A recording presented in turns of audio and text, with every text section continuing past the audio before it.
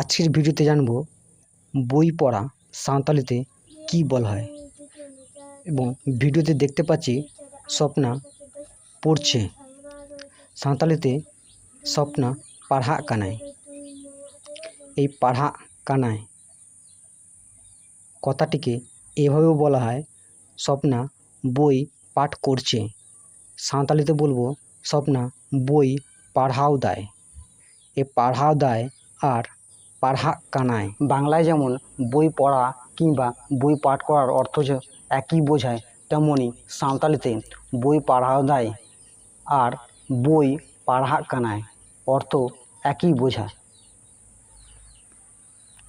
এখানে বইকে সাঁওতালিতে পুঁথি বলা হয় এবং বইপত্রকে সাঁওতালিতে পুঁথি সাকাম বলা হয়। সাকাম কথা অর্থ হলো পত্র। এই পত্রকে সাঁওতালিতে সাকাম বলা হয় এবং গাছের পাতাকেও সাকাম বলা হয়। গাছের যে পাতা থাকে কিংবা পত্রকে সাকাম বলা হয়।